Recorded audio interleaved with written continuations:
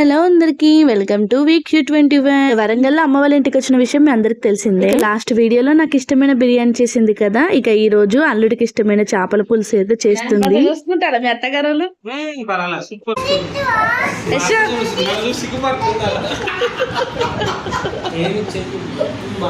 యశు మీ నాన్నమ్మ వాళ్ళ ఇంటికి వెళ్దామా? అట్లా అనద్దు, తప్పు. ఎందుకు వద్దు చెప్పు, ఎందుకు మాట్లాడతలేవు వాళ్ళతో? నువ్వు గొడవ పెట్టుకున్నారని నీకు నచ్చట్లేదు నానమ్మ తాతయ్య? పోవయ్యా వాళ్ళ ఇంటికి, అసలే వాళ్ళ ఇంటికి పోవు అసలే. ఎందుకు వెళ్ళాలి కదా, నానమ్మ తాతయ్య కదా. ఏం కాదు, డాడీ నేను వాళ్ళ ఇంటికి తీసుకెళ్తాడు, నువ్వు వెళ్ళు. నేను రానులే కానీ నువ్వు తమ్ముడు వెళ్ళండి, ఓకేనా? చెప్పు, ఓకేనా? వెళ్తావు నానమ్మ ఇంటికి? అల్లుడి కోసం మామ చేపలు తీసుకొని. అల్లుడికి ఇష్టం కదా బాగా, అల్లుడికి ఇష్టం కదా చేపలు అంటే. మళ్ళీ ఊర్లో పట్టు చేపలు ఉంటాయి కదా, నిన్నే రావు చేప 4 కిలోల కిలోకు 200. ఇంట్లో శనగ వెళ్ళింది, అది అరకిలో. ఇది ఎవరికి చూసిన మనలకు మా ఇద్దరు చేపలు మార్కెట్ చెరువు తీసుకొచ్చింది. చెరువు లైవ్ బాపడి నమ్ముతారు. ఎంతైనా ఊర్లో చూసినాం మమ్మీ, వరంగల్ చెరువుల జల్ల పెద్ద జల్ల ఎత్తున్నది. 10 కిలోల బాపడి ఉన్నాయి.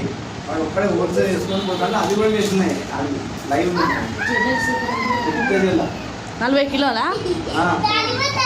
ఇక పొద్దున్నే లేచి మామ అల్లుడు మనవళ్ళు అయితే చేపల వేటకైతే వెళ్లారు. చేపల వేట అంటే చేపలు పట్టడానికి అనుకోకండి, ఆ ఇంటికి దగ్గరలో ఎక్కడ చేపలు ఫ్రెష్ గా ఉన్నాయో చూసి తీసుకొద్దామని చెప్పేసి అయితే వెళ్లారు. మమ్మీ ఏమో చేపల కూర అస్సలు తినదు, కాకపోతే కర్రీ మాత్రం బాగా చేస్తుంది. ఇక మామ అల్లుళ్ళు ఇద్దరు ఫ్రై పీస్ కి సెపరేట్ చేసి మసాలాలన్నీ పట్టించేశారు. ఇక మా మమ్మీనేమో ఒక పక్కన ఫ్రై, ఇంకో పక్కన పులుసు అయితే చేస్తుంది. అందరి పనిలో బిజీ అయిపోయారు. మరి నువ్వేం చేస్తున్నావు అనుకుంటున్నారా? ఇక చిన్నదో పెద్దదో ఒక యూట్యూబ్ ఛానల్ రన్ చేస్తున్నామంటే మనకు వీడియో ఎడిటింగ్ చేసిన తర్వాత వీడియో డిలీట్ చేయడం, ఇలా చాలా పనులు ఉంటాయి. అమ్మ దగ్గరకు వచ్చినప్పుడే నాకు కొంచెం రెస్ట్ ఉంటుంది కాబట్టి ఇక వీడియోస్ తీసుకుంటూ అటు పిల్లల్ని చూసుకోవడమే సరిపోయింది. మా మమ్మీ వాళ్ళ ఇంటికి వచ్చిన తర్వాత మంచిగా రెస్ట్ తీసుకొని వీడియోస్ అన్ని ఎడిటింగ్ చేసుకుని అన్ని అప్లోడ్ చేయాలనుకున్నాను, కానీ అక్కడికి వెళ్ళిన తర్వాత ఇంకా బద్ధకం ఎక్కువైపోయింది నాకు. మెయిన్ రోడ్డుకే ఇల్లు కాబట్టి వాయిస్ ఓవర్ ఇద్దామంటే మా ఇంటి వెనుక వరకు వస్తున్నాయి ఈ వెహికల్ సౌండ్స్. మంచిగా రెస్ట్ తీసుకుందాం అనుకున్నాను, కానీ ఈ వెహికల్ సౌండ్స్ కి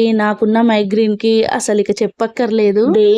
డైలీ తలకాయ నొప్పితో అసలు తలకాయ పగిలిపోయినట్టుగా నరకం అనుభవించేదాన్ని. ఈ సౌండ్స్ అన్ని భరించలేక చెవిలో కాటన్ పెట్టుకునేదాన్ని. హైదరాబాద్ అంటేనే పొల్యూషన్, ఇంకా సౌండ్ సిస్టమ్ బాగుంటుంది ఎందుకంటే ట్రాఫిక్ బాగుంటుంది కాబట్టి. అలాంటి హైదరాబాద్ లోనే మేము ఉండే రెంట్ హౌస్ చాలా పీస్ఫుల్ గా ఉంటుంది, ఎలాంటి ట్రాఫిక్ ఉండదు, అందులోనూ డెడ్ ఎండ్ హౌస్ కాబట్టి ఎలాంటి సౌండ్స్ రావు. అలాంటి వాతావరణంలో ఉండి సౌండ్స్ అసలు భరించలేకపోయాను. ఇక నా విషయం పక్కన పెడితే ఇక మా చిన్నోడికైతే ఇలా అయింది. అందరేమో మంచి తల్లిగారి ఇంటికి వచ్చి ఎంజాయ్ చేయాలి, మంచి హ్యాపీగా ఉండాలి అనుకుంటారు, కానీ నేను ఎప్పుడు వచ్చినా కూడా ఇదే సిచ్యువేషన్. ఎందుకో ఇక్కడికి రాగానే మా పిల్లలకి ఎక్కడ లేని రోగాలన్నీ వస్తాయి. అందుకే నా ఇంట్లో నేను స్వతంత్రంగా ఉండేదే బెటర్ అనిపిస్తుంది. ఎక్కడికి వెళ్ళినా కూడా పిల్లలతోటి ఇదే బాధ. ఇప్పుడు జ్వరం వచ్చింది, ఉన్నాడు, వాళ్ళంతా వేడి తడిక్లాత పెడుతున్నా.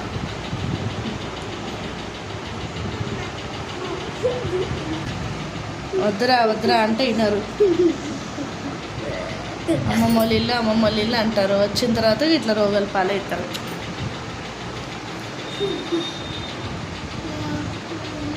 పొద్దున్న దాకా మంచిగా ఉన్నాడు, ఇప్పటికిప్పుడు హై ఫీవర్ 103 ఫీవర్ ఉంది. 103 ఫీవర్ ఉంది. నాకేమో ఒకటే హెడ్ఎక్, తలకాయ విపరీతంగా పగిలిపోతుంది. ఇట్లా ఏం చేయాలి అసలు? ఎక్కడ లేని బాధలన్నీ నాకే వస్తాయి అనిపిస్తుంది అప్పుడప్పుడు.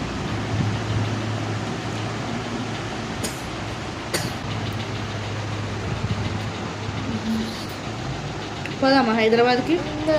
వద్దా? పోదామా? వద్దా? ఇన్న ఉంటారా? ఇక పిల్లలతో అమ్మ వాళ్ళ ఇంటికి వచ్చిన ప్రతిసారి నా పరిస్థితి ఇదే. మీ డాడీ వరంగల్ రావాలని దేవునికి మొక్కుతానవా? మొక్కు మరి, గట్టిగా మొక్కు.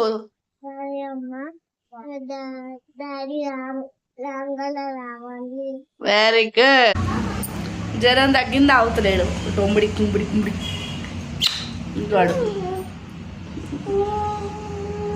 ఇక మా యశ్ అయితే అమ్మవారికి మొక్కాడు కదా, ఇక అమ్మ కరుణించకుండా ఉంటుందా, ఇక వాళ్ళ డాడీ అయితే వచ్చేసాడు. ఆల్రెడీ వాళ్ళ డాడీ బయలుదేరాడు, ఆ విషయం నాకు ఒక్కదానికి తెలుసు, ఇక ఎవరికి తెలియదు. ఇక వాడేమో డాడీ వస్తే బాగుండు మమ్మీ అని చెప్పేసి వాళ్ళ డాడీని ఒకటే కలవరిస్తున్నాడు. ఇక అమ్మవారికి మొక్కుకోరా వస్తాడు డాడీ అని చెప్పేసి అన్నాను. ఇక ఫైనల్ గా వాళ్ళ డాడీ అయితే ఆటో దిగుతున్నారు. ఇక వచ్చిన తర్వాత వాడి ఫీలింగ్ ఏంటంటే నేను మొక్కితేనే డాడీ వచ్చాడని చెప్పేసి అనుకుంటున్నాడు. ఇక నన్ను పిల్లల్ని తీసుకెళ్లడానికి ఎలాగో వస్తున్నారు, కాకపోతే చిన్నోడికి ఫీవర్ వచ్చిందని చెప్తే 1 డే బిఫోరే వచ్చారు. వచ్చి రాగానే కొడుకుకు ఫీవర్ తగ్గిందా లేదా అనేది చూసుకుంటున్నాడు. అప్పటికి పిల్లలకి ఇలా అవుతుందని చెప్పేసి భారీ బందోబస్తుగానే వచ్చాను. హై ఫీవర్, లో ఫీవర్ అన్ని మెడిసిన్స్ తీసుకుని వచ్చాను, అయినప్పటికీ ఇలా అయింది. ఇక 3 డేస్ తర్వాత ఫీవర్ తగ్గిపోయింది. షార్ట్ వీడియోలో చూసే ఉంటారు కదా, మైదాక్ చెట్టు దగ్గరికి వెళ్ళైతే మైదాక్ తెచ్చుకొని ఇక మమ్మీ నూరింది, ఇక పిల్లలకి పెడదామని చెప్పేసి అయితే పెడుతున్నాను.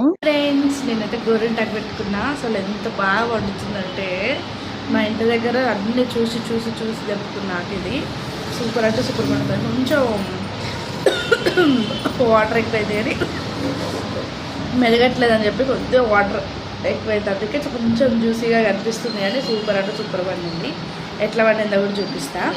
బాగా వండిందా అసలు, దీన్ని పెట్టుకుంటే ఈ చేయి పెట్టలోపు ఇంత బాగా వండింది. మొత్తం పెట్టుకున్నాక మళ్ళీ చూపిస్తా, ఓకేనా. ఇక లాస్ట్ టైం తీసుకొచ్చినప్పుడు మా ఆయన నా కోసం ప్రేమతో తీసుకొచ్చాడు, కానీ పెట్టమంటే ఓ గునుక్కున్నాడు. మా ఆయన అలా గునుక్కున్నాడు కాబట్టి నాకు అసలు పన్నను కూడా వండలేదు. అదే మా మమ్మ అయితే మొత్తం కాళ్ళకు చేతులకు మంచిగా పెట్టేది. అదే మా మమ్మ ఉన్నప్పుడు గోరింటాకు పెడుతుంటే తెగ చిరాకు పడేదాన్ని, చాలా సతాయించేదాన్ని. పెట్టగానే అసలు ఓపుకుండక వెంటనే కడుక్కునేది. మా మమ్మీ అయితే మస్తు ఫీల్ అయ్యేది. ఫస్ట్ టైం మా మమ్మీ లేకుంటే గోరింటాకు పెట్టుకున్నప్పుడు మా మమ్మీ వాల్యూ ఏంటో తెలిసింది నాకు. అంత కష్టపడి మా మమ్మీ గోరింటాకు పెడితే చాలా ఇష్టంతో 1.5 hours గోరింటాకు అలానే ఉంచుకున్నాను. గోరింటాకు కడుక్కుందామని అలా లేచానో లేదో, ఇక మా హస్బెండ్ కు వేడి వేడి చికెన్ పకోడీ తినాలని క్రేవింగ్స్ వచ్చాయంట. ఇక మా మమ్మీ ఏమో వేరే పనిలో ఉన్నారు. ఇక మా డాడీ ఇంకా మా ఆయన అయితే చికెన్ తీసుకొని వచ్చారు. ఇంతసేపు కూర్చొని బ్యాక్ పెయిన్ వస్తుంది, నేను అన్ని మసాలాలు వేస్తాను, నువ్వు కలిపి ఇవ్వు, నేను పకోడీ చేసిస్తానని అయితే అన్నాను. ఇక మరో మాట మాట్లాడకుండా కలిపిచ్చారు. హలో ఫ్రెండ్స్, ఈ రోజు చికెన్ పకోడీ అయితే చేస్తున్నాం.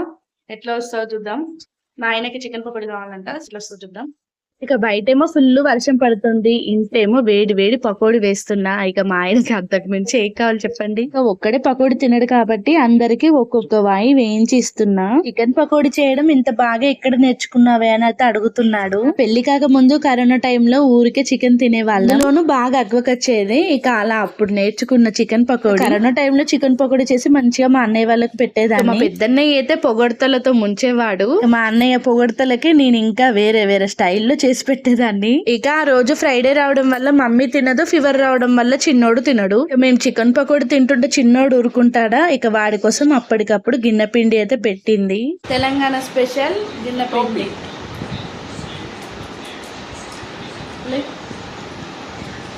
మా మమ్మీ ఈయన కోసం తీసుకొని వచ్చింది, అల్లుడి కోసం.